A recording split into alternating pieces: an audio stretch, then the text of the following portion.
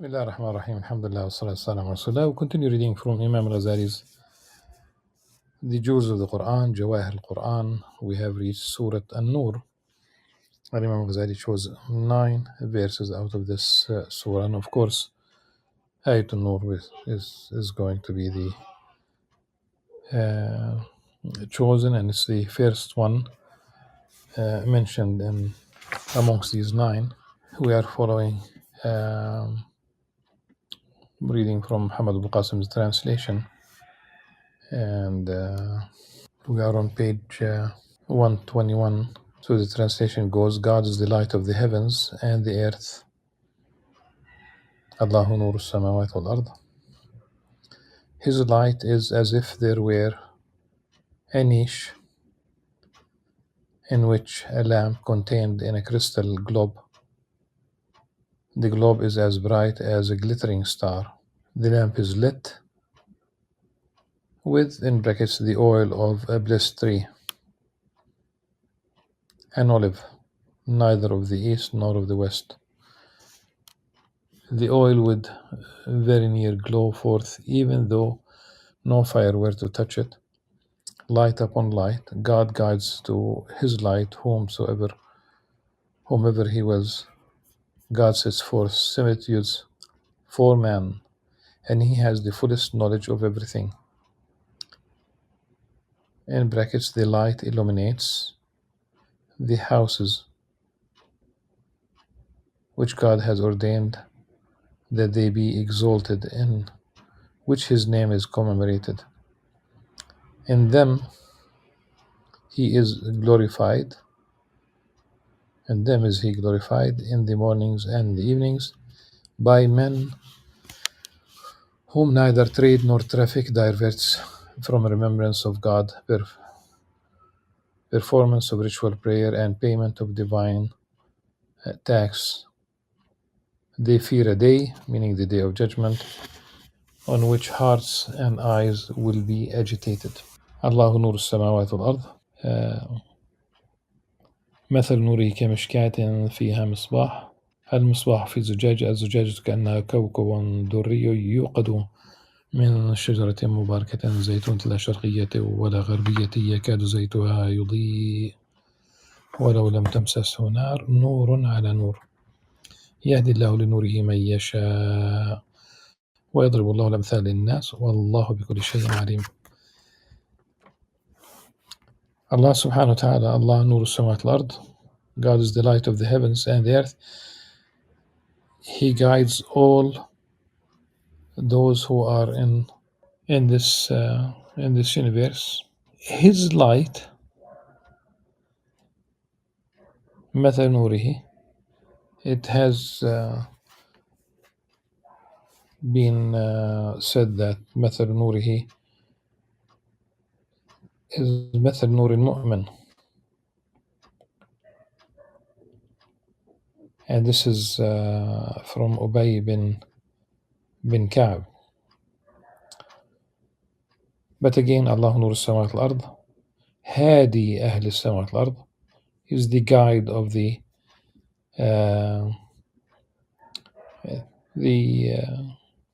creatures that receive guidance. Ahl as-samawati wal ard, the people, the inhabitants, maybe one can say the inhabitants of the heavens and the earth. We do have the angels, we do have the jinn, and we do have the human beings. And it could be beyond, of course, this. And it could also be that Allah subhanahu wa ta'ala is, remember, like yudabbirul amr, for example, that tadbir as-samawati wal ard is part of this nur, part of this light, part of this guidance.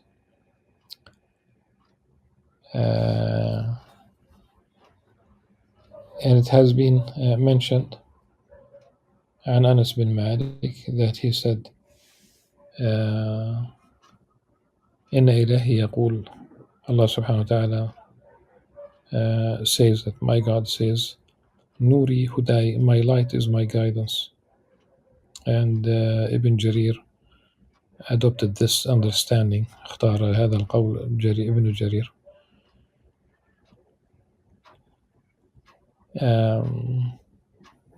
Again about Ubay bin Ka'b رضي الله عنه. He said that Allah nur samawat al-ard. He said it's the believer. It's the believer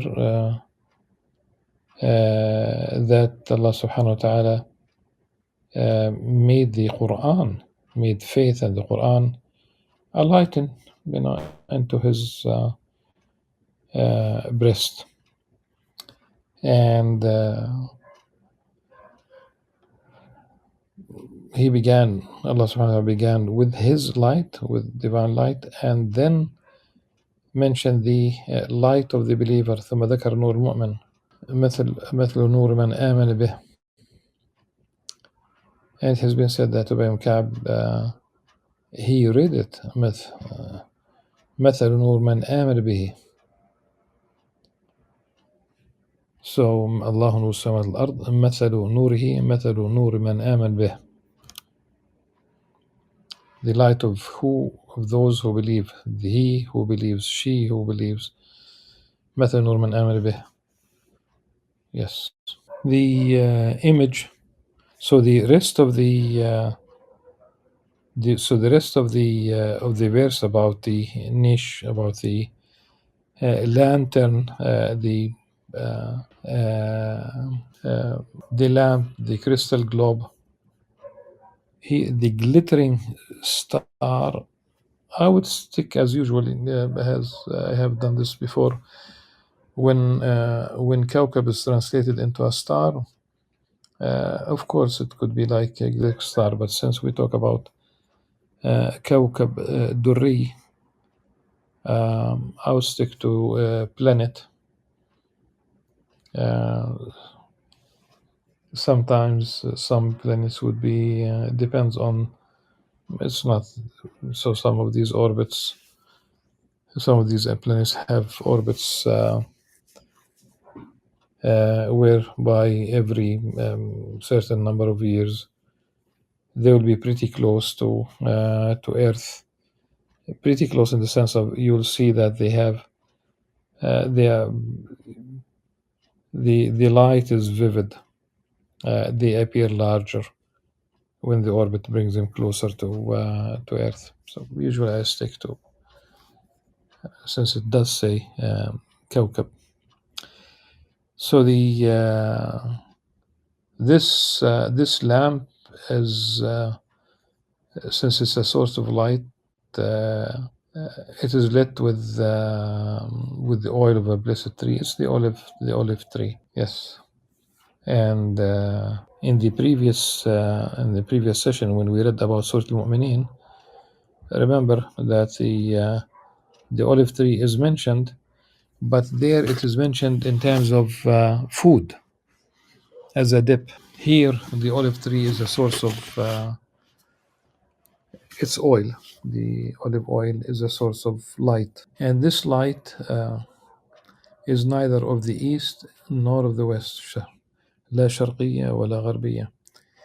And some people interpreted they usually speak about لا شرقية ولا غربية, this light, and they look at the east if in a context where Islam is, where it began in the Arabian peninsula. It began from Mecca and spread out Mecca, and then there were Muslims who reached Ethiopia, Abyssinia, before the migration to Medina.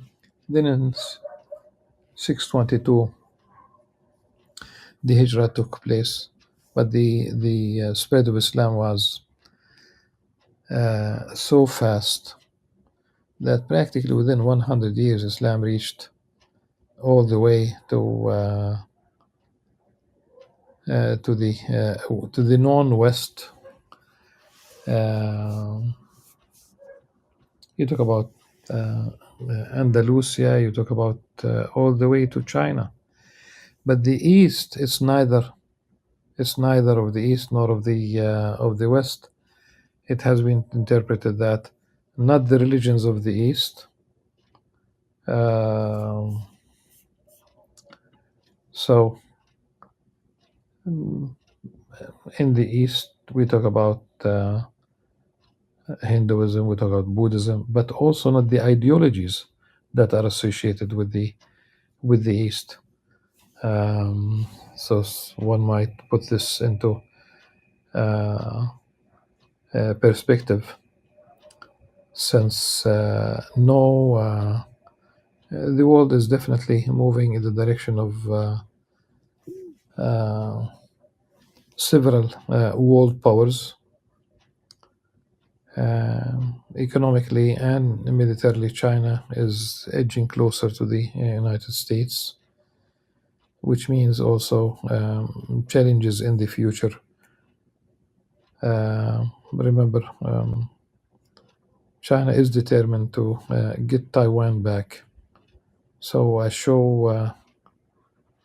military showdown is inevitable on a large scale at one point in the future. But the ideology, I'm mentioning this because in a context where the United States is losing its grip on the affairs around the world, the world is not unipolar anymore.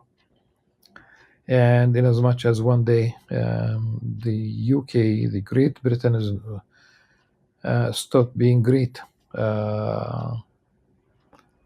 the idea of making America great again, I doubt that this will work. Any such power will inevitably get tired. It's not going to disappear, but the idea is that the younger ones will be might end up occupying center stage. So, but does it make us, if we think about ourselves, our own interests in this, in a just world, there's no need to worry. But in a realist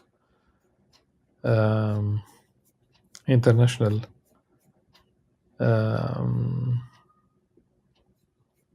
political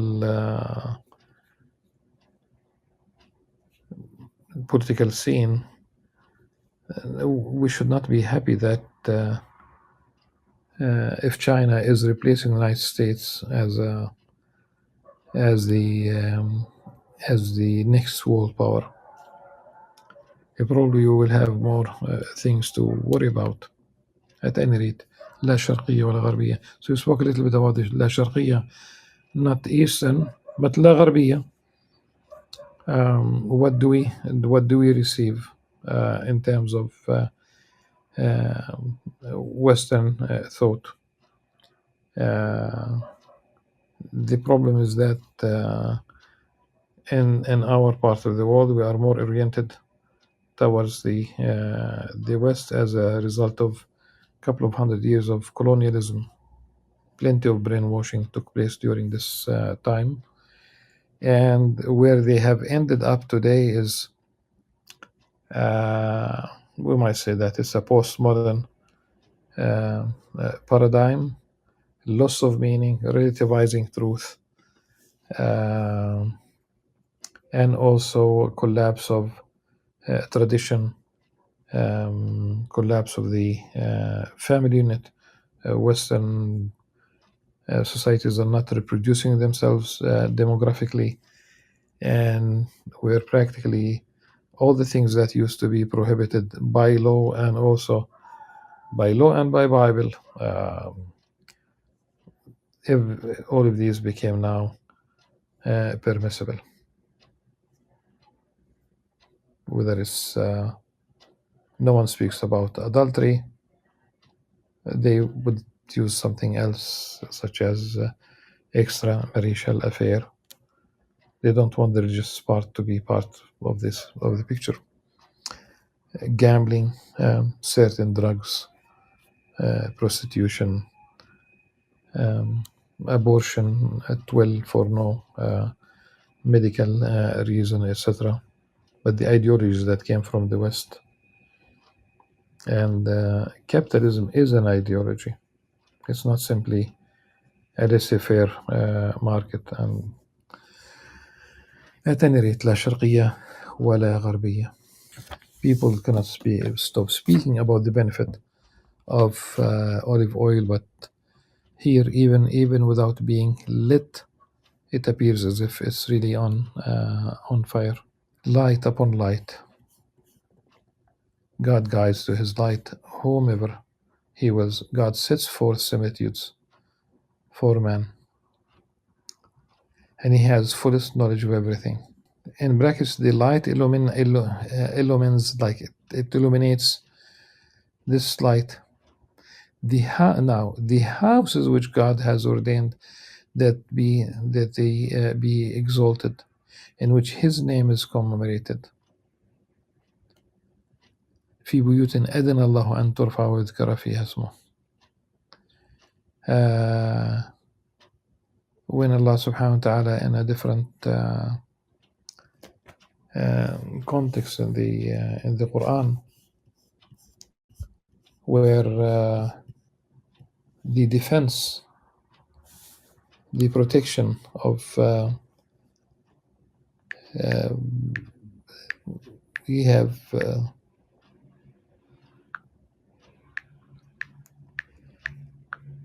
the protection of synagogues, churches, monasteries, and also mosques.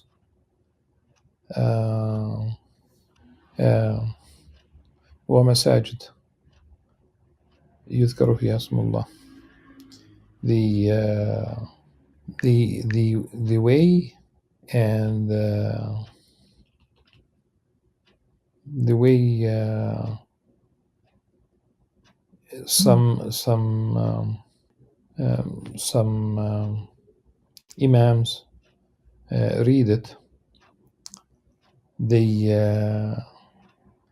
read the first three separately. ولولا دفع الله الناس بعضهم ببعض لهدمت الصوامع وبيع وصلوات. I mean, Imam Yusuf Snena, the senior Imam at Al-Aqsa Mosque, when he reads this particular verse, he stops after wasalawat. So you have the synagogues, the churches,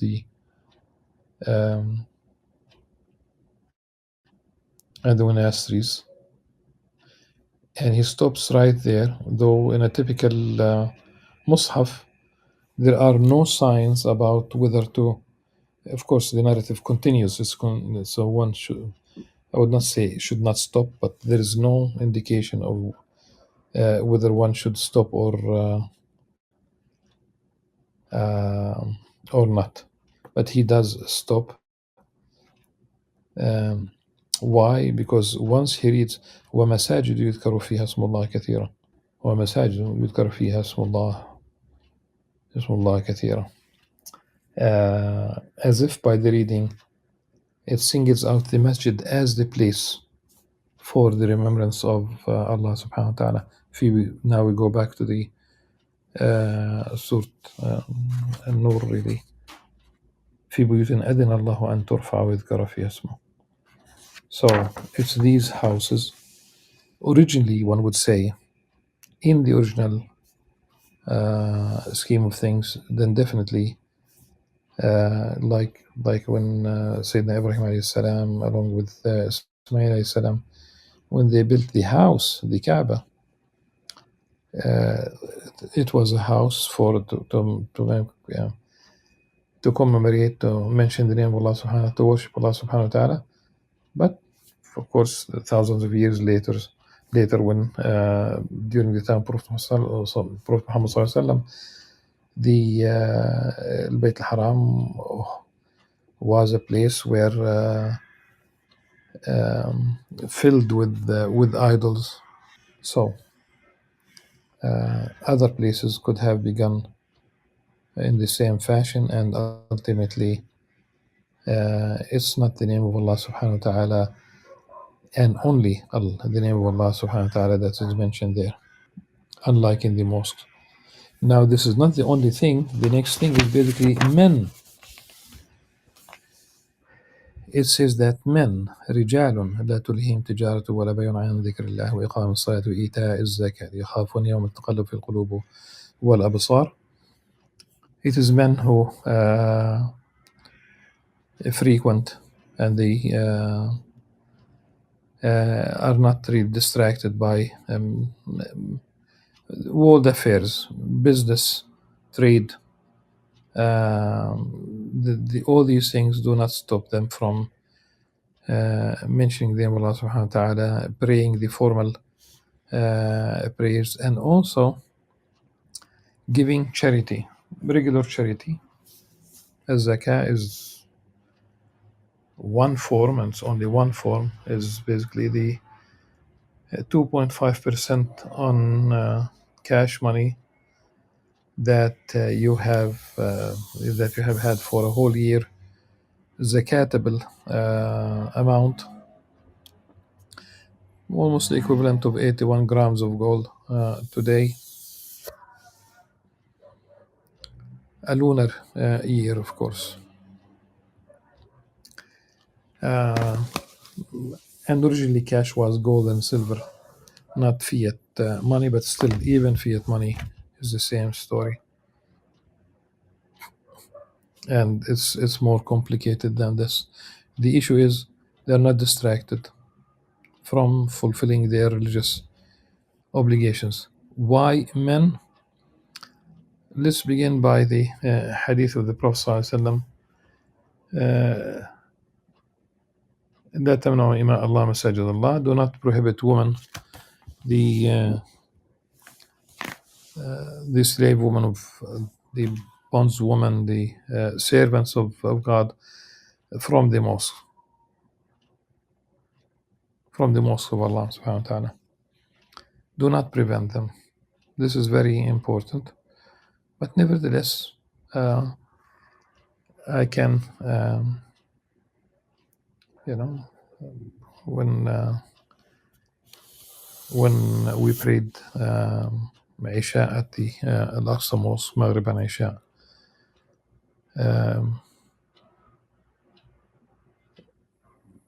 the overwhelming majority are men. There are women, but the overwhelming majority, day in and day out, year in and year out, not that they are prohibited. This is why it's not the same responsibility. Just think about had, for example, had it been the same obligation to women, for example, attending Fridays. Think about a woman and who is about to deliver a baby. If it does not take into consideration her status, that within days does she have to go to the mosque and pray in such a state? And this also covers the idea of the imama, why it is men rather than women. Just as a think about it hypothetically, if a prophetess was chosen to be the imam of course her people, and you think about Islamic jurisprudence, you bring it to the picture in the sense of she will have her monthly period, and during that period she cannot basically lead the prayer, and she if she gives birth, then maybe think about all this time away from da'wah and away from the mosque and away from leading prayer, and it doesn't work. It's not belittling. She has ajr. May Allah subhanahu wa ta'ala reward her for all these roles that she plays. Men cannot replace women. Ummuk, thumma ummuk, thumma ummuk. That, when the young man asked the Prophet ﷺ about who was entitled to his best companionship, he told him, your mother. He asked, then whom? He said, your mother. Then whom? He said, your mother. The fourth time, then your father. I don't know of any man, any Muslim, or any non-Muslim who read this. I don't know of any Muslim throughout Islamic history who complained about this, especially nowadays. Nobody said this is discrimination against men, the father. Had it been the other way around, your father, then your father, then your father, and the fourth time only your mother, people would have made a big issue out of this. Subhanallah. But really it's in favor of women. So you cannot prevent women, and women were part of the congregation when they debated public affairs during the time Prophet ﷺ, one of the mothers of the faithful, when someone called for a meeting and mentioned An-Nas and she wanted to go, ultimately someone told her that he was calling on men. She said, An-Nas, I am from An-Nas, and she went.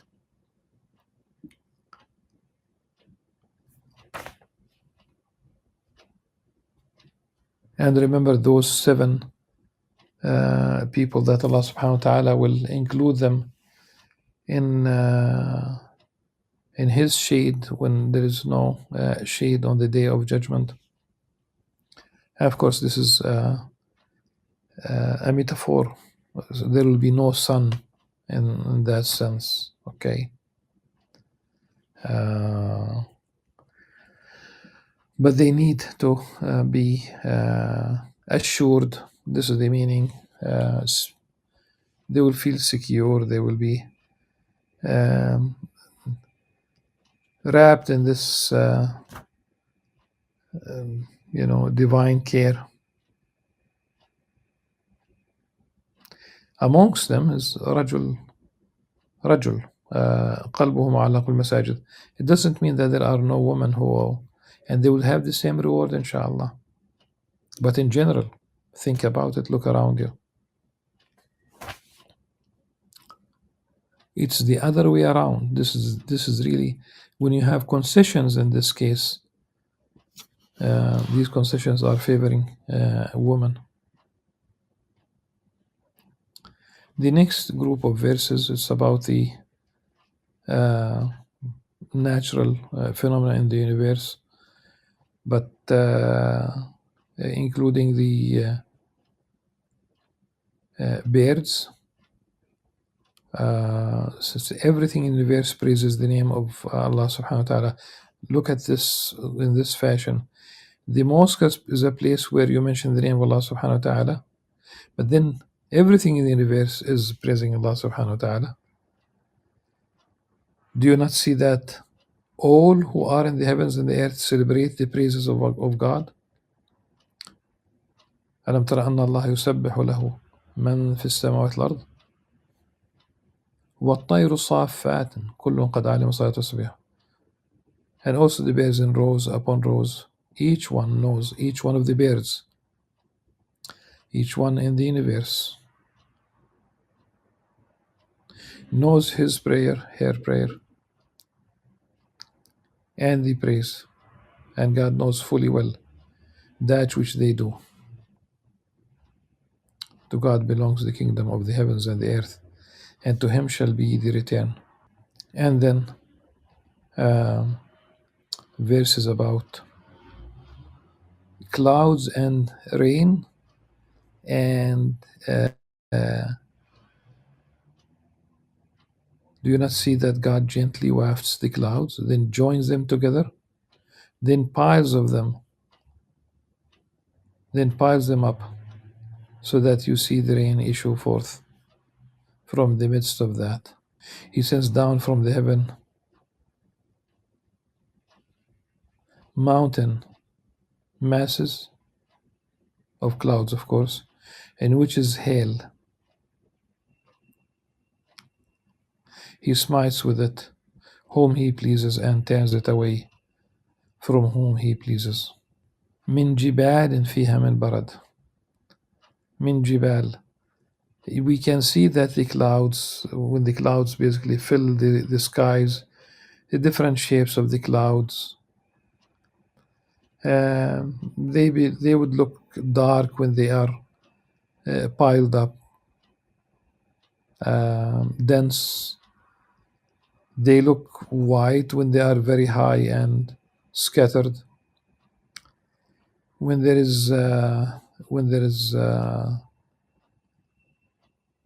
there are literally piles of clouds, and you are flying above the clouds, you'll see a certain topography.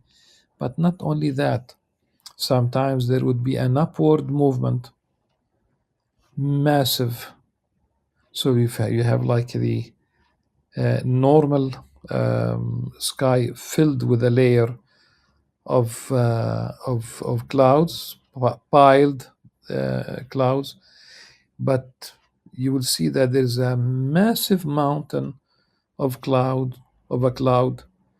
an upward movement of course of air that took the clouds to massive heights.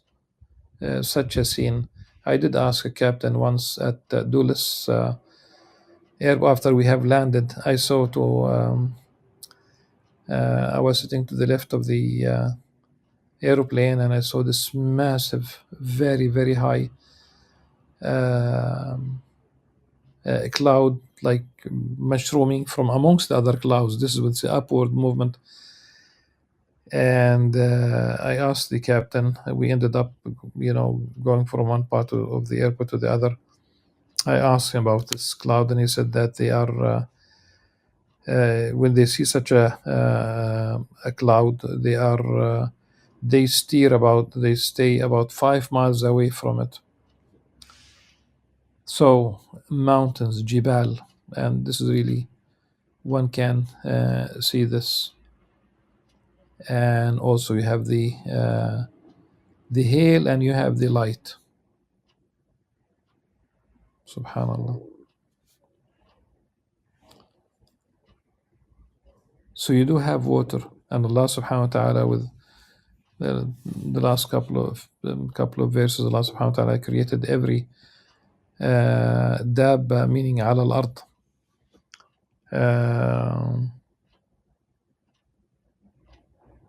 min ma, where water is basically an essential part. Sometimes they say 60%, 70%, whatever is the exact percentage of the human body is water.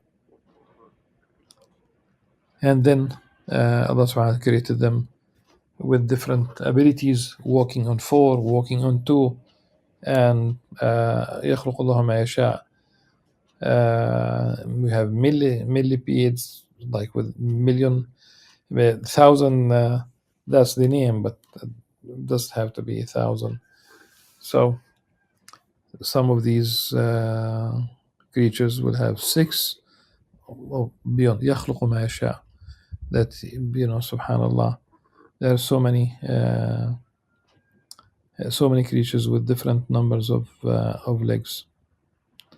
Allah subhanahu wa ta'ala is verily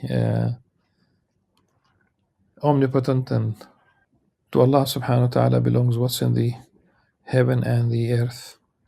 He knows well what condition you are in. On the day when they will be returned to Him, He will inform them of of that which they did. God has the fullest knowledge of everything. So all these, whether it's the light, whether it's the availability of what Allah subhanahu wa ta'ala has created for our benefit, the olive tree, a different function, a source of light, water itself, which basically, what should be the reaction? Of course, praise of Allah subhanahu wa ta'ala. Praise of Allah subhanahu wa ta'ala. Alhamdulillah, it's enough for this session, and in the next one we'll be dealing with Surah Al-Furqan 14 verses 14 jewels from Surah Al-Furqan. Until then, subhanakallah wa bihamdik, ashhadu an la ilaha illa anta, astaghfiruka wa atubu ilayk. Assalamu alaikum wa rahmatullahi wa barakatuh.